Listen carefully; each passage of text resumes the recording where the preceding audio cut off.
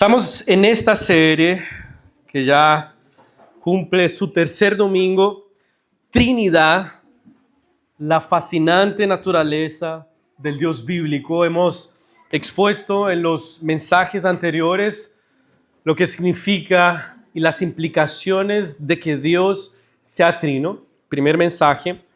Mensaje anterior fue sobre Dios Padre, cuál es su carácter, cuál es su naturaleza, cuál es su esencia más gritante en su persona, ¿no? Algunas aclaraciones. Cuando hablamos de Trinidad, no estamos hablando de tres dioses que son un Dios. Eso es una contradicción. No estamos diciendo que son tres personas que son una persona. Es otra contradicción. Estamos hablando del único ser, del único Dios que subsiste en tres personas diferentes. Un Dios que subsiste en tres personas distintas. Son dos categorías diferentes. Ninguno es más divino que el otro. Ninguno es un tercio de Dios que unidos forman un Dios completo. Cada uno es plenamente divino y cada uno se autopertenece eternamente. Comparten la misma esencia, la misma eternidad. Son coiguales. Solo que hay funciones distintas al interior. Y la semana pasada entonces nosotros hablamos de Dios Padre. Él es el que da toda buena dádiva y todo don perfecto. ¿Descienden de dónde? De lo alto, del Padre de las luces. Entonces vimos cómo Dios crea por su amor y tenemos esta creación perfecta, generosa, diversa, porque Dios es amor y Dios es amor porque Dios es una Trinidad, porque el amor es imposible de existir en soledad. Pero Dios no estaba solo, estaba en una Trinidad y está en una Trinidad. Y ahora vamos a ir al Hijo, Dios Hijo. Vamos entonces a explorar cuál es ese carácter del Hijo. Ok, entonces vamos ahí al Evangelio de Juan, capítulo 16, versículos de 12 a 16. Juan, capítulo 16, versículos de 12 a 16. Y aquí Jesús está hablando del ministerio del Espíritu Santo.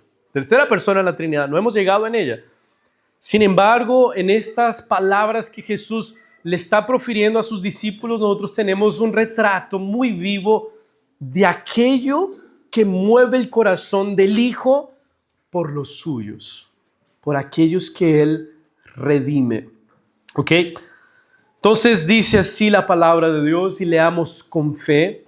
Esta es la palabra de Dios. Es inspirada por Él, es alimento para nuestros corazones.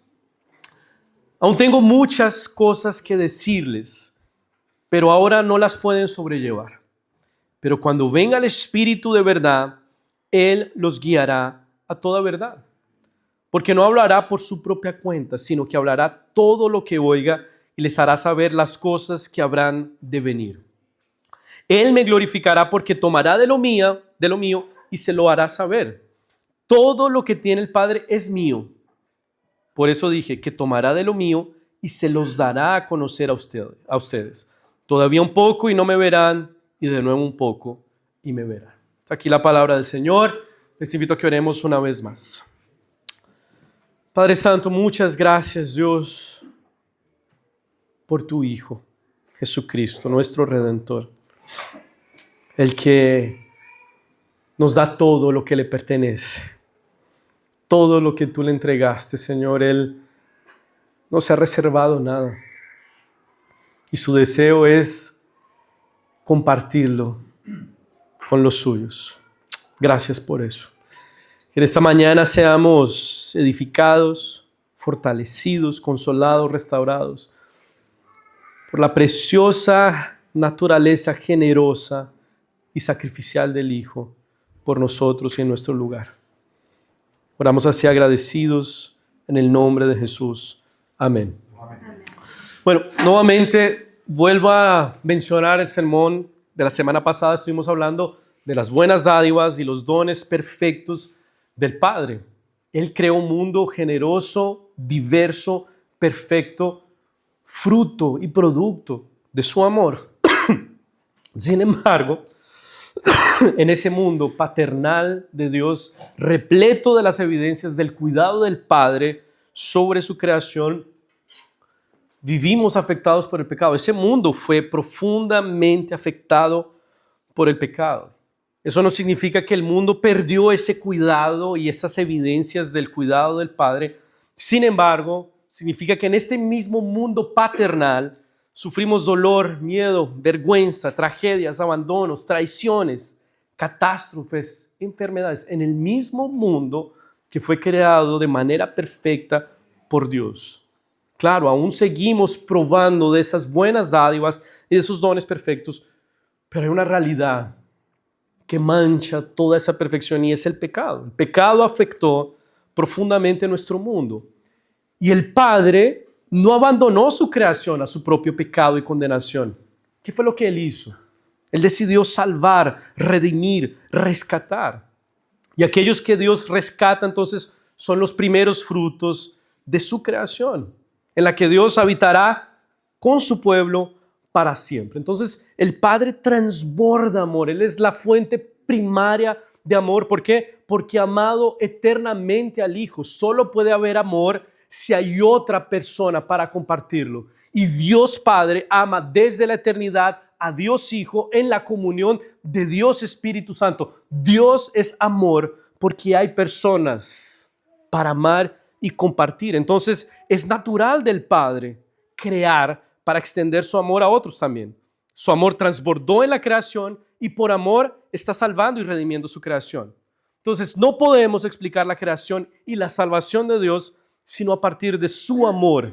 Y no podemos explicar que Dios es amor si no es por su naturaleza trina. ¿Ok? ¿Estamos de acuerdo? Bueno, estamos viviendo en un mundo sí afectado por el pecado que al mismo tiempo es objeto de la gracia y misericordia del Dios trino. Ahora, ¿qué fue lo que pasó para que ese mundo perfecto, bueno, paternal de Dios sea lo que sea hoy? ¿Qué sucedió para que este mundo también sea la fuente de nuestros más profundos y peores dolores? Si fue creado tan perfecto y tan paternal. Y no hay otra respuesta. El pecado. Ahora, ¿qué fue lo que sucedió en el pecado? Y quiero que exploremos un poco esto. Podríamos reducir el pecado a simplemente hacer lo incorrecto, ¿verdad? A quebrar la ley de Dios. De hecho, fue lo que Adán y Eva hicieron. Desobedecieron la orden expresa de Dios. Pero no podemos reducir el pecado únicamente a un comportamiento, a un quebrantamiento de la ley, a hacer algo que no tenemos permitido. El problema es mucho más profundo. El problema es de amor. Se los explico de la siguiente manera. Dios nos creó a su imagen y semejanza, ¿verdad? Y eso significa que uno de los trazos característicos de esa semejanza de nosotros, ¿cuál es?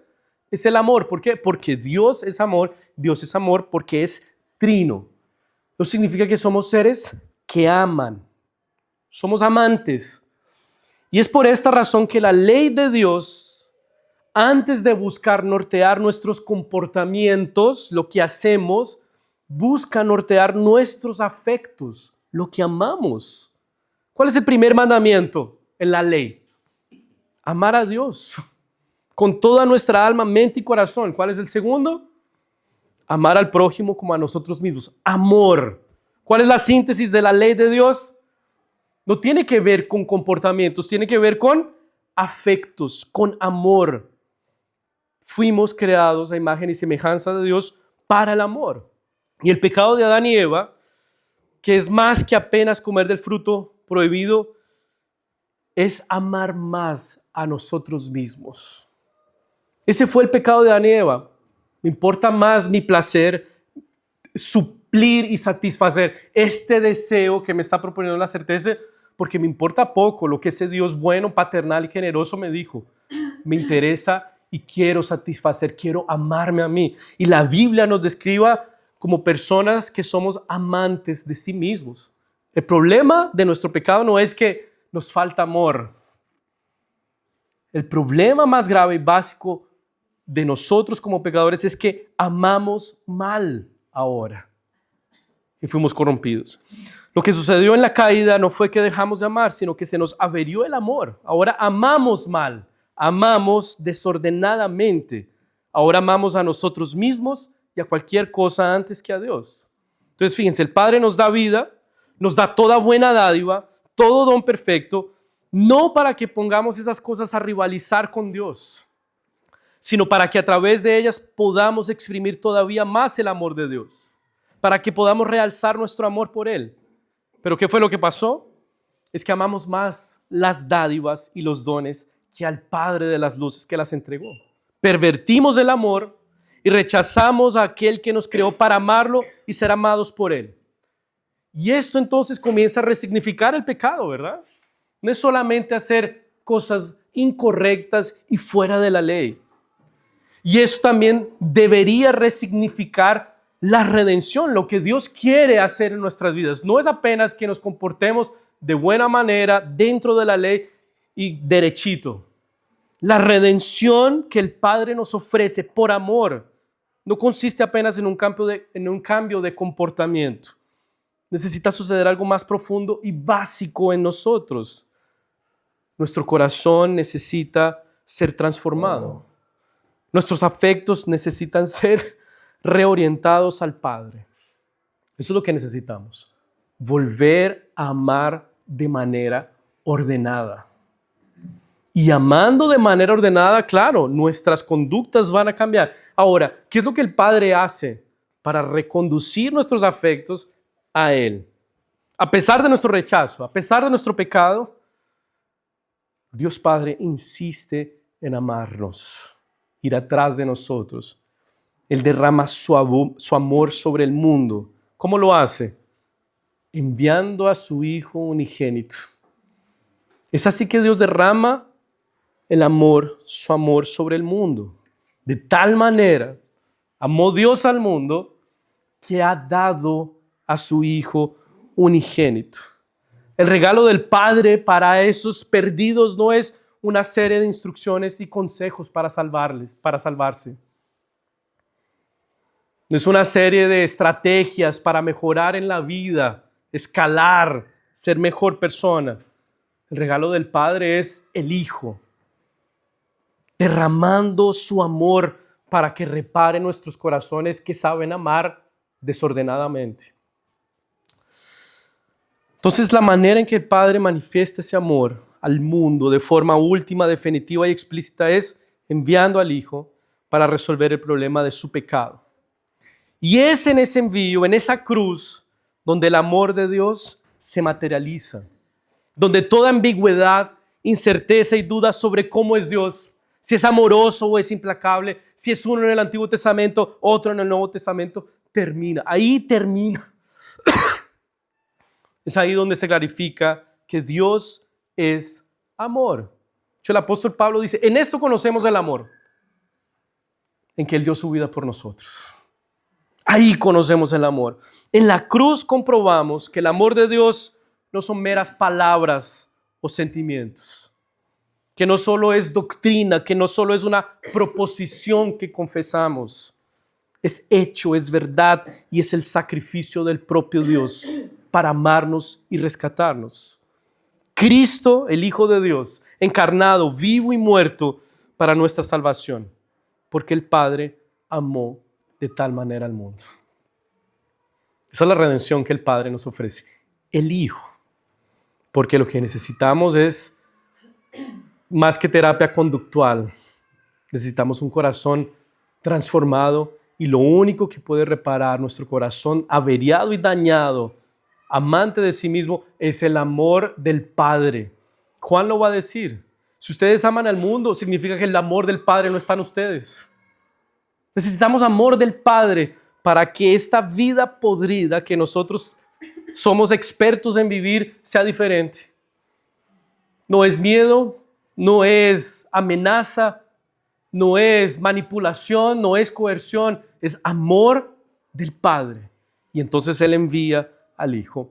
Y nosotros leímos entonces aquí los versículos de Juan 16, y Juan viene desde el capítulo 14 viene registrando todo lo que sucedió la noche antes de la muerte de Jesús, o sea, el jueves santo, por así decirlo. Jesús está con sus discípulos, está a punto de morir. Es un momento íntimo junto a los suyos, donde lava sus pies, les da el ejemplo de cómo deben proceder unos con otros, les asegura que solo Él es el camino al Padre y que en la casa de su Padre hay muchas moradas y que Él va a preparar lugar para nosotros. Les asegura que separados de Él nada podrán hacer y les promete que enviará al Espíritu Santo para consolarlos, para caminar junto a ellos, para empoderarlos. Y hablando del Espíritu Santo, entonces Jesús, yo creo que abre su corazón para decirle a sus discípulos cuál es su propósito con su obra, con su encarnación, con su paso por la tierra, con su muerte, con su sufrimiento. Fíjense lo que el Hijo quiere hacer por nosotros en su obra. Y el Espíritu Santo es crítico para eso. Versículos 14 y 15. Palabras de Jesús a los suyos. Mañana va a morir.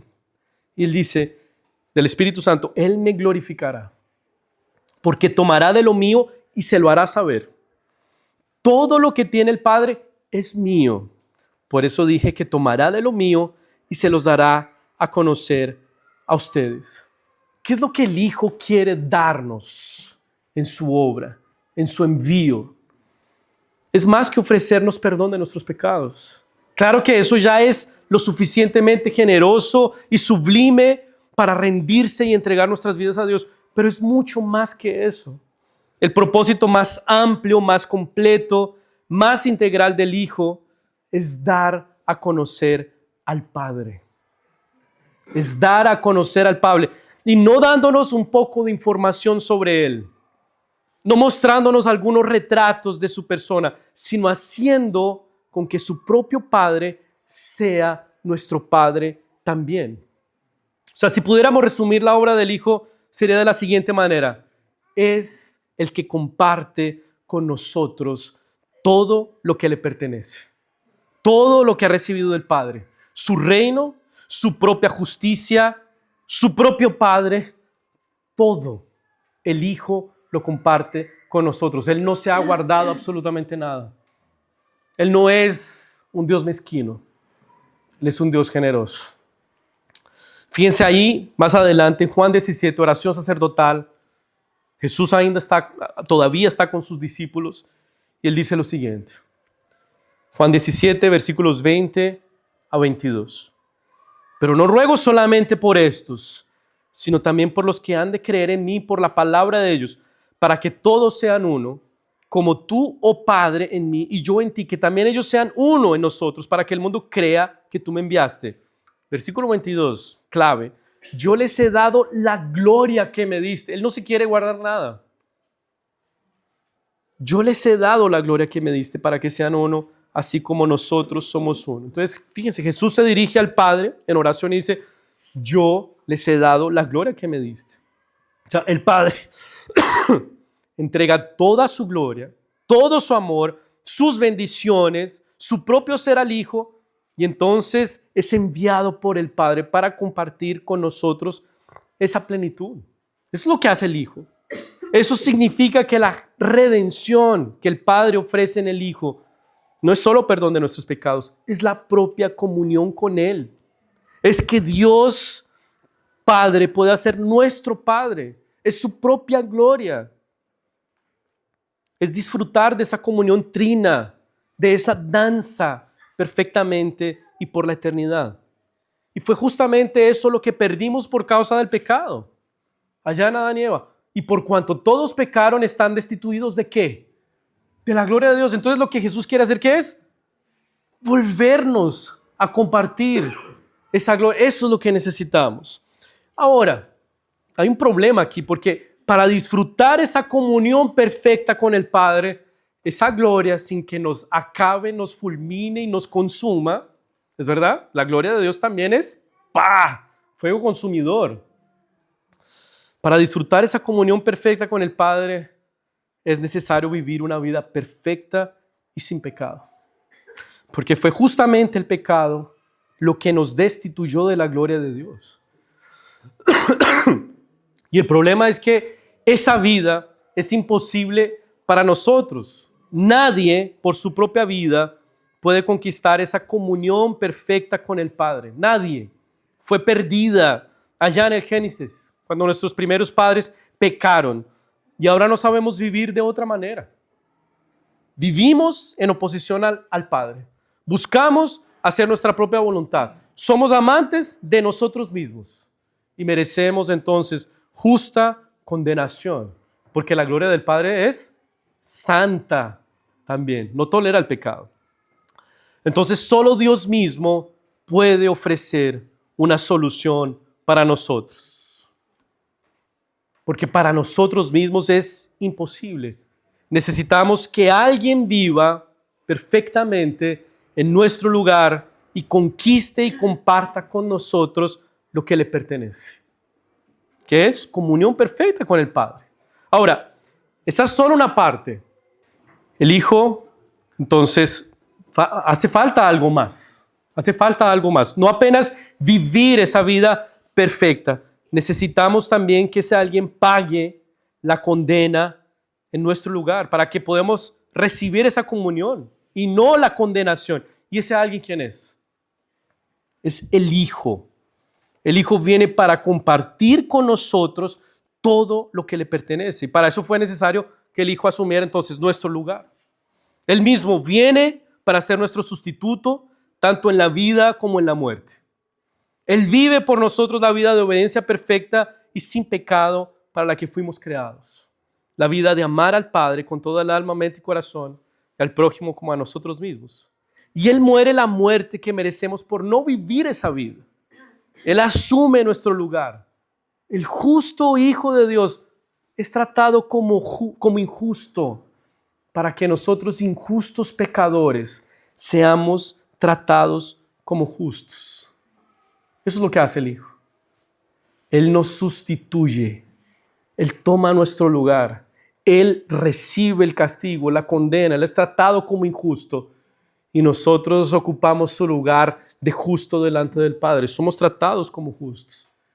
Fíjense, el Evangelio no se trata de lo que nosotros hacemos. Se trata de lo que Dios hizo por nosotros de manera perfecta en nuestro lugar.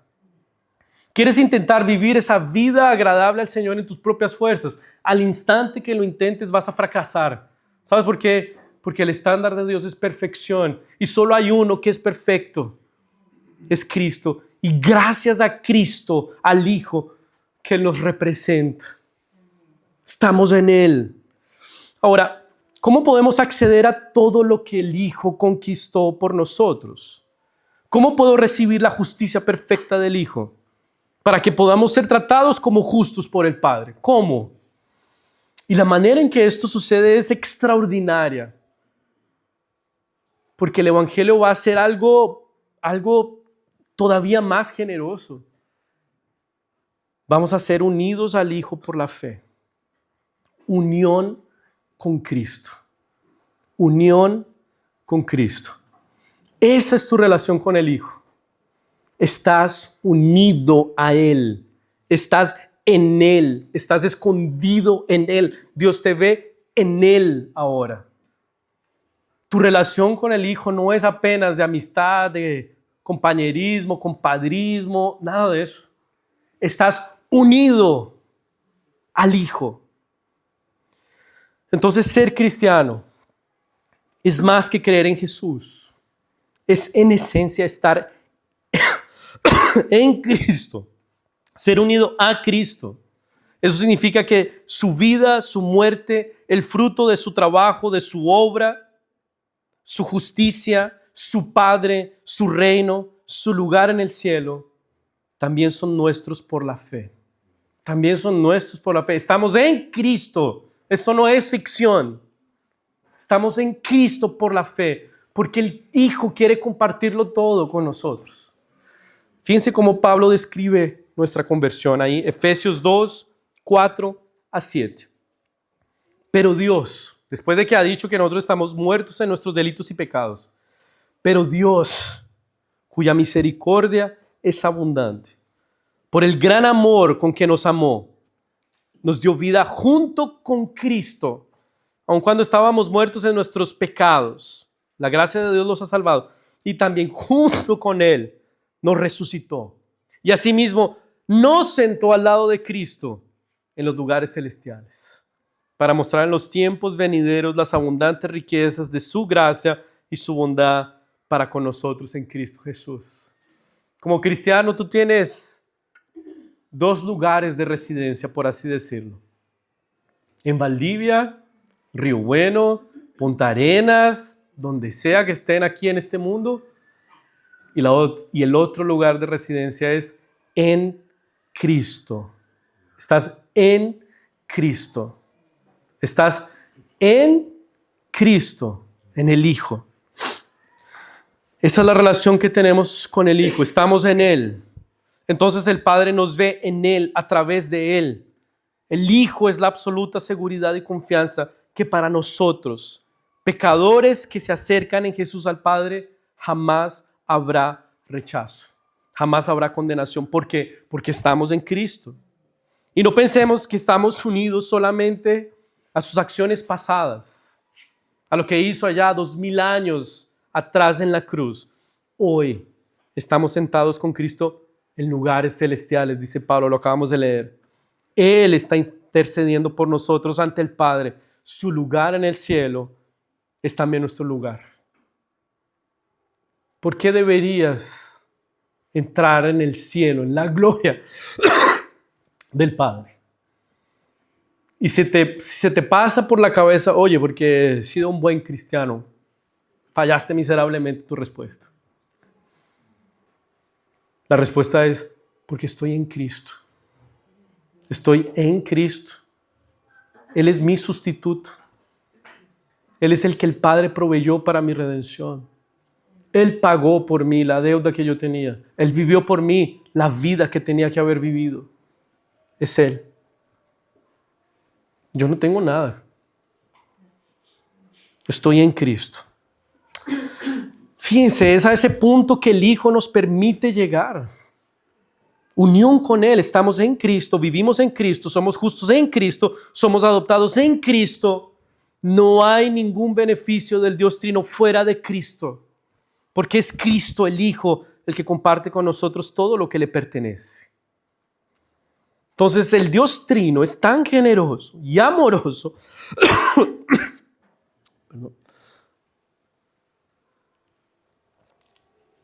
tan generoso y amoroso en su redención que nos permite disfrutar de íntima comunión con Él. No es un poco de amistad, no es un poco de confianza, es comunión íntima y profunda con el Dios Trino. Es poder llamar al Padre de mi Padre. Es poder encontrar en el Hijo unión con Él. Es ser habitado por el propio Dios, por su Espíritu. No somos salvos por un Dios mezquino, que sí, tal vez nos quiere, pero a una distancia segura. Que no lo molestemos mucho. Que nos da 3 chances, te doy 3. A la tercera, ya, no más. Nos hace suyos por la eternidad. El Hijo es nuestra seguridad. Por Él, por su obra, podemos llegar con confianza al Padre, auxiliados por su Santo Espíritu, para ser amados, para ser reparados y restaurados, para que nuestros corazones finalmente reciban lo que han buscado toda la vida. Reciban para lo que fueron creados, el propio Dios, que nunca falla, que nunca abandona, que es fiel por la eternidad. Entonces Cristo no solo resuelve nuestro problema con el pecado, habiendo recibido Él la pena que nosotros merecíamos y dándonos su justicia perfecta para que seamos declarados justos por el Padre y así reconciliados con Él, el Hijo va más allá del perdón, va más allá de darnos la gloria de Dios. Él comparte con nosotros a su propio Padre y somos hechos hijos de Dios por la obra que el Hijo realizó. Es lo que dice el apóstol Juan. Pero a todos los que le recibieron, a los que creen en su nombre, les dio la potestad de ser hechos hijos de Dios. ¿Qué es lo que el Hijo quiere darte? Y yo te quiero desafiar con este mensaje que pienses más allá del perdón de mis pecados. ¿Sabes qué es lo que el Hijo quiere darte? Todo. Quiere darte al Padre. Que el Padre sea tu Padre. Entonces el Hijo nos lleva delante del Padre, no apenas como criaturas perdonadas. Nos lleva como hijos amados, para que su Padre ahora sea nuestro Padre y derrame sobre sus hermanos menores el amor que ha conocido desde la eternidad. Somos hijos de Dios por la obra del Hijo. Y esta realidad, ser hijos de Dios, debe orientar toda nuestra vida cristiana. Toda. Somos hijos de Dios, adoptados en Cristo para ser amados. Fíjense, J.I. Packer, teólogo anglicano, él dice lo siguiente: si queremos entender hasta qué punto una persona entendió lo que es el cristianismo, necesitamos identificar qué valor esa persona da al hecho de ser hijo de Dios. Tener a Dios por Padre. Si este pensamiento no domina ni controla sus oraciones, su adoración y toda su actitud delante de la vida, eso demuestra no haber entendido bien el cristianismo. Puedes llamar al Dios todopoderoso y soberano creador de Padre. Y eso cambia profundamente la manera en que te relacionas con Él. ¿Quién es Dios para ti que fuiste salvo por el Hijo? ¿Es un entrenador cósmico, un coaching, un instructor severo, alguien que no te está dando respiro ni alivio porque la vida está difícil?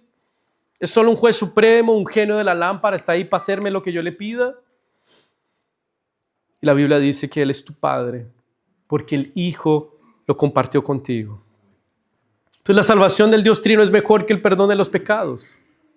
Esa adopción como hijos amados, el Hijo quiso compartir todo contigo. Y esto es mucho más costoso de lo que podemos imaginar.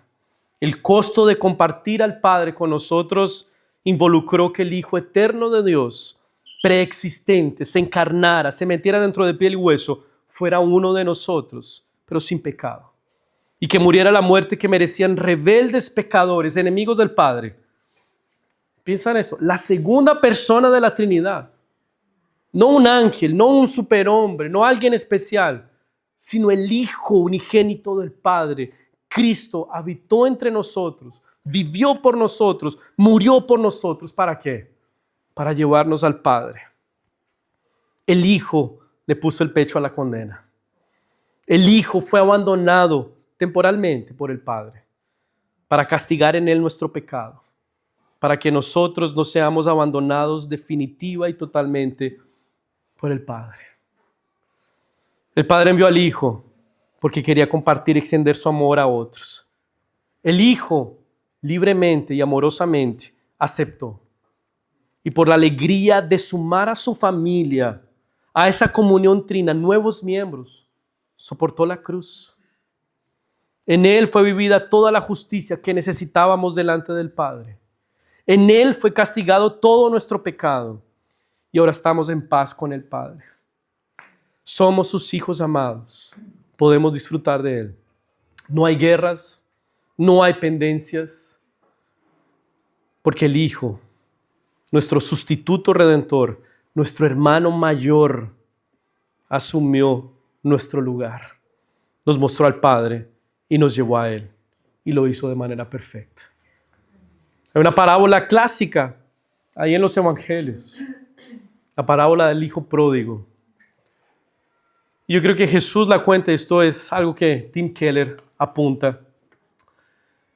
La cuenta para que los fariseos se reconozcan en el hermano mayor, aquel mezquino que cuestiona el amor del Padre sobre el Hijo inmoral, ¿verdad? Él dice después, Cristo no es como ese hijo mayor. Cristo fue como el hijo mayor debería haber sido.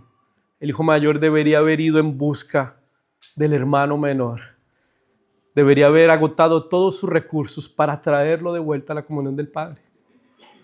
Y ese es el Padre que tenemos. Envió al Hijo. El Hijo no es como esos hermanos mezquinos, mayores, que tal vez te has encontrado en la iglesia, que se enojan y se entristecen y se decepcionan cuando te ven de vuelta en la iglesia. Es el generoso Hijo de Dios que se alegra de tenernos de vuelta en la familia, aunque hayamos sido inmorales afuera.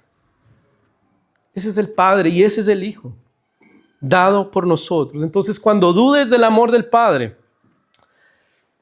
sea porque estás viviendo más bajos que altos, porque tu santidad está comprometida, o sea, porque estás sufriendo dura tribulación, necesitas mirar al Hijo, en quien se prueba el amor del Padre, de quien fluye tu aceptación y tu perdón constantes, el que hizo posible tu adopción.